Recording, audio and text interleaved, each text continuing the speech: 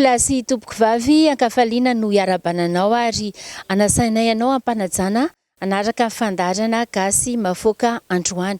Mbola mitohy ny gasy mafoaka mitety faritra ka amin'ity anio ity dia entinay aty amin'ny faritra atsimo atsinanan'i Madagasikara ianao. Mbola ambony dia ambony ny tany tsy fanjarian-tsakafo eto Madagasikara ary isan'ny miady amin'izany ny tetikasa FSRP na ny Food System Resilience Programme. Maro ireo vondrona miara-miasa amin'ny FSRP mba hanatratrarana izay hoe fahavitatenan'i Madagasikara ara-sakafo izay ary mba tena hanjaka eto amintsika tokoa ny fanjarian-tsakafo. Commune kely anankiray dia ny commune Ivandrika aty amin'ny faritra atsimo atsinanana no hitondranay ianao androany. Ina no antony? Satria isan'ny singa anankiray ahafana manatratra izay fanjarian-tsakafo izay ny fampiasany ny tantsaha fitaovam-pamokarana. Rehefa mampiasa fitaovam-pamokarana ny tantsaha dia mazava ho azy hiakatra ny vokatra ary dia hisy fiantraikany amin'ny velotenan'ny tantsaha izany ary ihany koa amin'ny fandrosoana ara-toekarena eto amintsika. Taty amin'ny fokontany Ambalolo aty amin'ny commune Ivandrika no nanaova ny KFAMA fanentanana. Ny KFAMA moa dia ivitoeram-pamokarana fitaovana sady manao fanifanana ho an'ny tantsaha ihany koa hoe ohatry ny ahoana ny fampiasana ny fitaovam-pamokarana. Safidiana manokana ny fokontany aty Ambalolo satria ao anatin'ny fotoana fihavana vary isika amin'izao fotoana izao. Ary rehefa miava vary izany ho antsika eto Madagasikara dia ny vehivavy no tena miava vary. Eo amin'ny vehivavy 10 eo ohatra ny fitaovana anankiray anefa fihavana vary dia mahasolo vehivavy anankifolo, izany hoe eo ny tombony ara-potoana, eo ihany koa ny tombony ara-bola satria dia mihena ny sarakantsaha izay ataon'ny tompona tanimbary izany na ny tompona tanimboly. Dia olona anankiray izay mafoaka no entinay aminao androany dia tsy iza fa Jean-Louis. Izy no filohan'ny fikambana mpampiasa rano aty amin'ny fokontany Ambelolo, izany hoe efa nampiasa fitaovana fihavana vary izy ary nahita 1 tonne isaky ny hektara. Rehefa tsy mampiasa fitaovana kosa dia 2 tonne monja no azony. Fijoroana vavolombelona ataon'i Jean-Louis anentanana ny tantsaha mba hampiasa ny fitaovam-pamokarana izay nasehony KFAMA taty amin'ny commune Ivandrika no entinay aminao androany ato anatin'ny gasy mafoaka.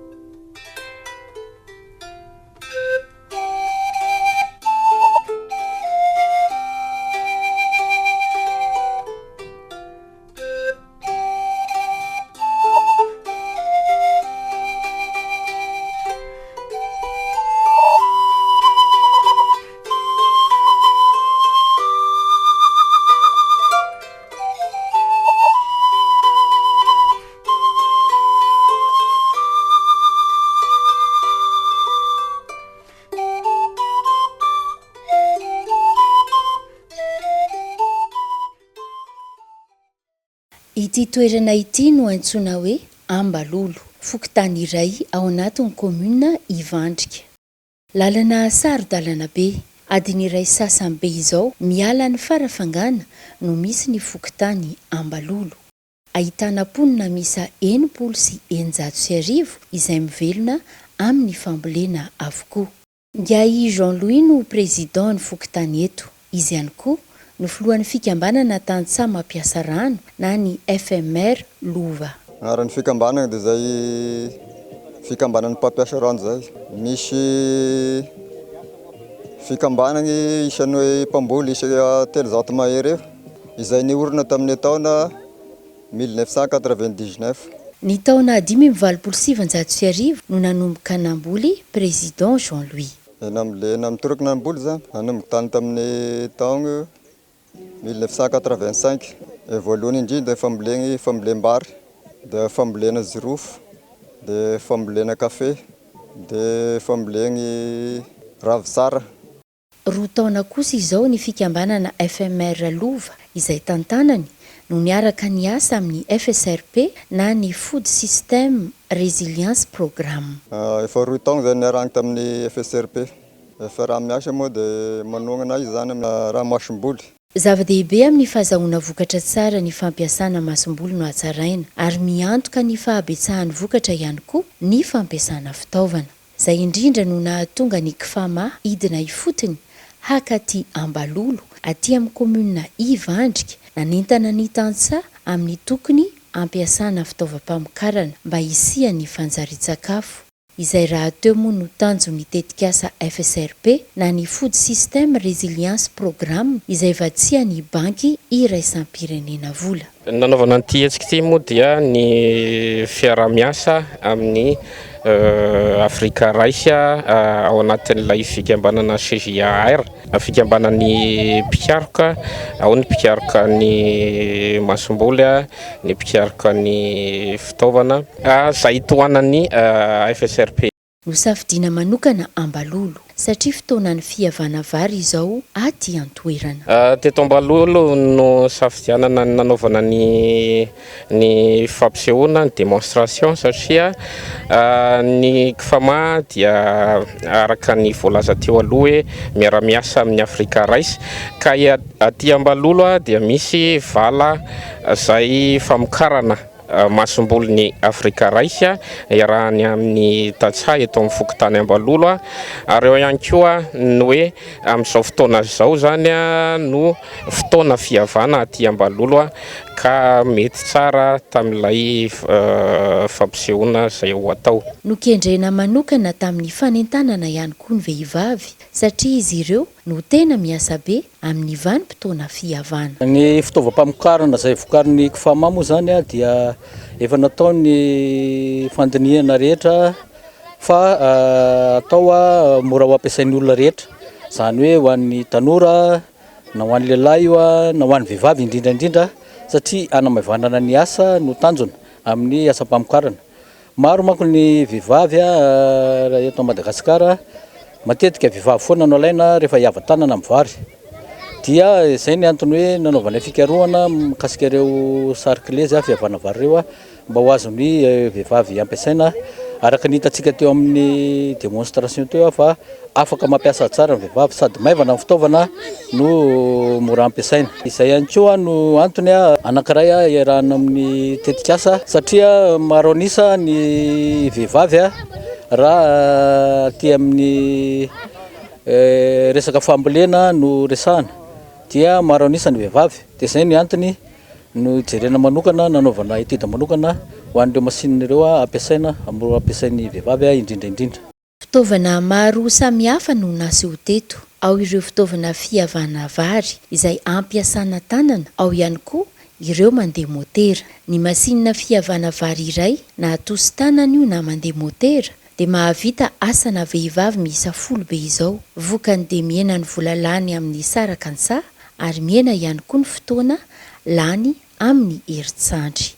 Ny ataontsika eto androany moa zany amin'ity toerana ity dia ny fitaovam-pamokarana mahakasika fihavana ka ny tombontsoa azo amin'ny fampiasana zany dia hita fa voalohany indrindra manamaivana ny asan'ny tantsaha amin'ny fihavana vary satria ny masinina anankiray atosi tanana ohatra dia mahasolo asan'olona efatra ka hatramin'ny 10 ao anatin'ny iray andro. Dia misy tombontsoa lehibe zany ao raha resaka fotoana ahafahan'ny tantsaha manao zavatra hafa ankoatra ny asa-pamokarana rehefa mampiasa le fitaovam-pamokarana izy. Ankoatr'izay dia mitombo ihany koa ny vokatra rehefa mampiasa fitaovam-pamokarana. Ny tombontsoa hafa ankoatr'izay dia mazava ho azy mampitombo ny vokatra ny fampiasana fitaovam-pamokarana satria rehefa mampiasa fitaovam-pamokarana dia tsy maintsy manaraka teknika. Izany hoe manao ketsa any linina zany natora tady ny tena tsara indrindra manao linina carré dia sady afaka mampiasa le fitaovana amin'izay fotoana izay zany dia mitombo ny rendement na ny vokatra azo ao anatin'ny ataontsika hoe 1 hectare no raisina ohatra dia mitombo bebe kokoa zany satria manaraka teknika, tsy maintsy manaraka teknika rehefa mampiasa fitaovam-pamokarana.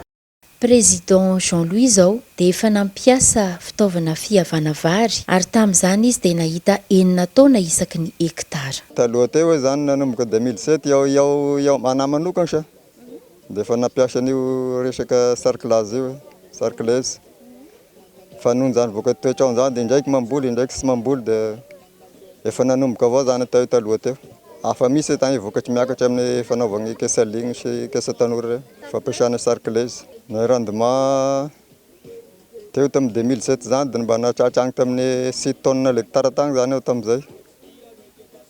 Da mbola tsy nampiasa eo amin'ny 1 tonne 5 eo l'hectare la misy raha misy. Fa indraindray dia tena lasaky zany 0,80 aty. Tika ve zany hoe tena ilaina ilay fitaovana? Tena ilaigna fitaovana. Angy avao ny tantsa ny fahatongavany Kfama aty Ambalolo, commune Ivandrika. Mbola ambany mantsy ny tahan'ny fampiasana fitaovam-pamokarana aty amin'ny faritra Atsimo Atsinanana. Ary nisy tamin'ireto tantsa mpamokatra ireto no sambany vao nahita maso ireo fitaovam-pamokarana na ny atosi-tanana io na ny mandeha motera. Tao ihany koa no sambany vao nianatra ny kitikitika izany.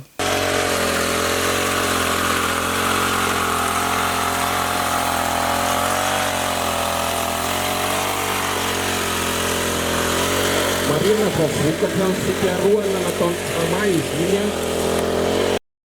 Ankabeazan'ny fitaovana naseho teto moa zany dia vokatra ny fikarohana nataon'ny Kfama. Le mandeha moteur aloha zao reny dia vokatra voaingana mihitsy izay niarahana tamin'ny projet FSRP. Fitaovana atosi-tanana indray ny ankabeazan'izy reny efa niarahana tamin'ny projet Papri izay nahatongavana expert fa ny Indonesiana teto mihitsy no nanamboarana an'izy ireny.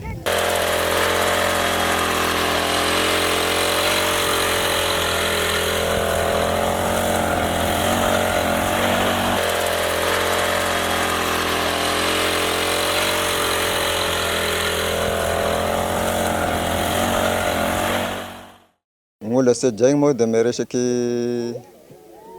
fitaovana hoety miasa. Da ny olana teny voalohany efa resaky toetrandro tena olana voalohany. Toetrandro miovaova tiky. Tamin'izao izy mba nandeha amin'izay dia efa milembary fa mba nisy ny orana. Ny etaetanay zany moa dia mahakasiky ohatra amin'ny resaky problème teo amin'ny resaky fiariagny. Mba sy faindrina koa amin'ny resaka fitaovana mba nanana koa zany tasa maromaro ambadika. Araka ny vokatry ny fanadihadiana dia mbola ambany dia ambany ny tahan'ny fampiasana ny fitaovam-pambolena no hatsaraina raha aty amin'ny faritra Atsimo Atsinanana manokana.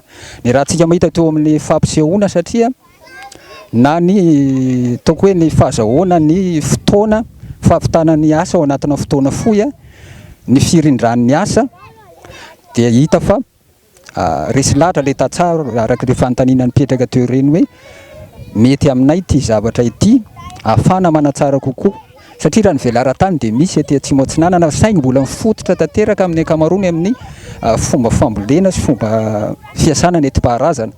Dia ataoko hainga avao nahatongavany Kfama tamin'ity atrikasa ity izay nahafana naseho ireo fitaovam-pamokarana izay ataoko fototra satria herin'olombelona no entina mampiasa azy. Zany hoe raha ny fanazavantsika teo raha asan'olona 10 vitan'olona iray. Zany hoe izay fotoana izay no tena zava-dehibe ahafahany tatsaha mamokatra manao asa hafa fa tsy lany fotoana amin'ilay hoe herintsandro foana no entina mamokatra zany. Fidiran'ireo fitaovanareo zany dia hanatsara bebe kokoa ny vokatra ary ho tody amin'ilay tanjony fahavitantena ara-tsakafo ananam-bava afaka hivarotra ny vokatra ny tatsaha zany.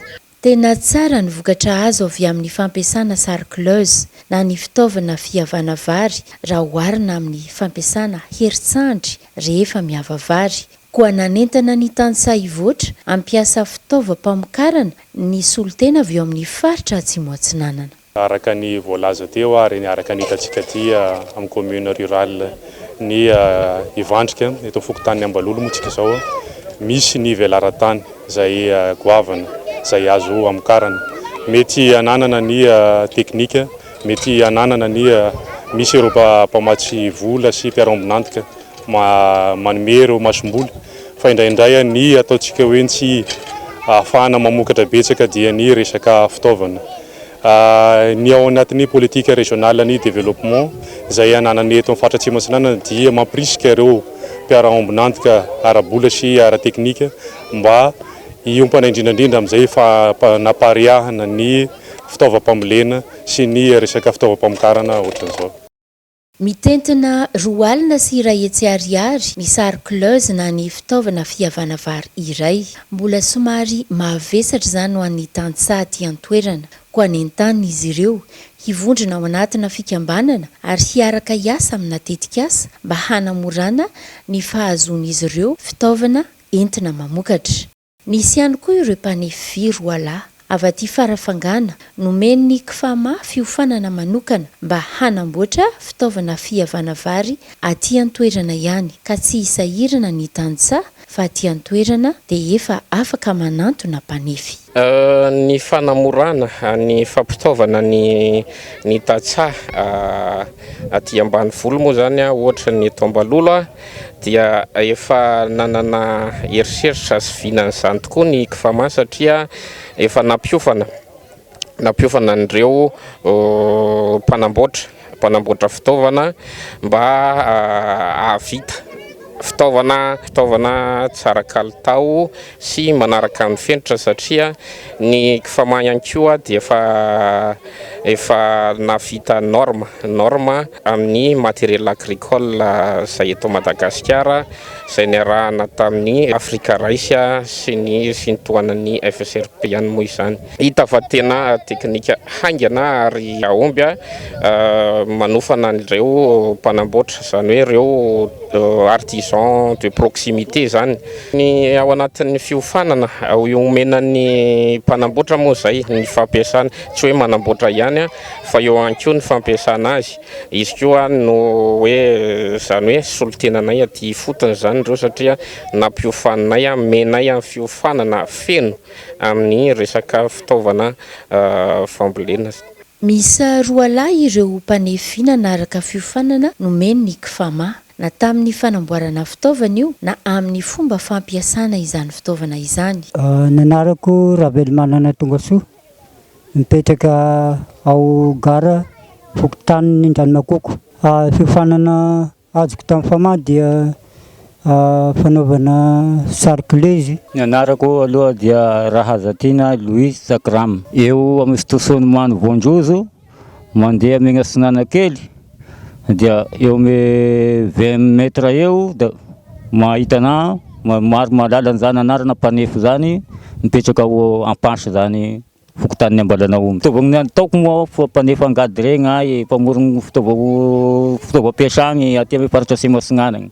Fa tamin'izao zany da nihiditra amin'ity fitaovana tiky amin'ity resaka fitaovam-pambolena fihavavary sy ny famofam-bary amin'araka teknika zany. Izay zany nidiranay tamin'ity koa zany. Na fitaovana sarikleuse andrano sy tanety dia banezy zay famofoana vary zay izy amin'ny fingirikiriana vary. Izay no fagnanay tagny. Koa afaka manao komandy sarikleuse na fitaovana fihavana vary amin'ny Ngiahy Ravelomanana Tongasoa sy Ngiahy Rahazatina Louis ny tantsaha aty amin'ny faritra Atsimo Atsinanana. Azony atao ihany koa nefa ny mividy na manofa fitaovana ao amin'ny fobe toeran'ny kifama Antsirabe na Aninansana any Antananarivo. Tokana ny tanjona dia ny hampitombo ny vokatra sy ny hanana ny tantsaha Ambombava ka hanjaka eto Madagasikara tokoa ny fanjari-tsakafo.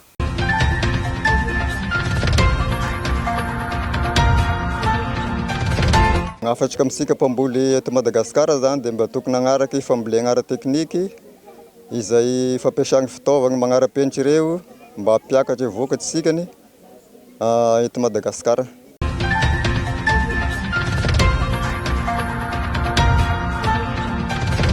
Tapitra ny fiarahantsika androany mankasitraka anao tany tokantrano nanaraka ny gasy mafoaka izay mivantana avy aty amin'ny faritra Atsimo Atsinanan'ny Madagasikara, aty amin'ny commune Ivandrika, aty ambanivohitra Farafangana no nitondranay anao androany. Nampisehoana anao hoe ohatran'ny ahoana zany fampiasana fitaovam-pamokarana fihavana vary izany ary inona no tombony. Ny tombony moa zany dia any mivokatra hoe raha mampiasa fitaovam-pamokarana isika tantsaha dia mahita 9 taona isaky ny hektara. Raha tsy mampiasa kosa araka ny fijoroana vavolombelona. Nentin'ny Andriamatoa Jean-Louis izay filohan'ny fikambanana mpampiasa rano aty amin'ny fokontany Ambalolo dia tena hoe latsaka be ny vokatra miakatra. Dia araka ny fanentanan'ny Jean-Louis izay présiden'ny fikambanana mpampiasa rano teo dia zava-dehibe ho antsika tantsaha indrindra amin'ny tontolo ambanivolo ny fampiasana ny fitaovam-pamokarana ary izay raha teo moa no antom-pisian'ny KFAMA dia ny mamokatra fitaovana entina mamokatra mba ho be ny vokatra ho betsaka ny vola miditra any amintsika tantsaha ary ihany koa ho tratra ny fanjarian-tsakafo eto Madagasikara. Dia mankasitraka anao ny araka taminay androany manome fotoananao indray ny ekipan'ny Gasy Mafoaka amin'ny heriny ny toy izao mametraka ny veloma mahafinaritra tompoko lahy sy tompoko vavy.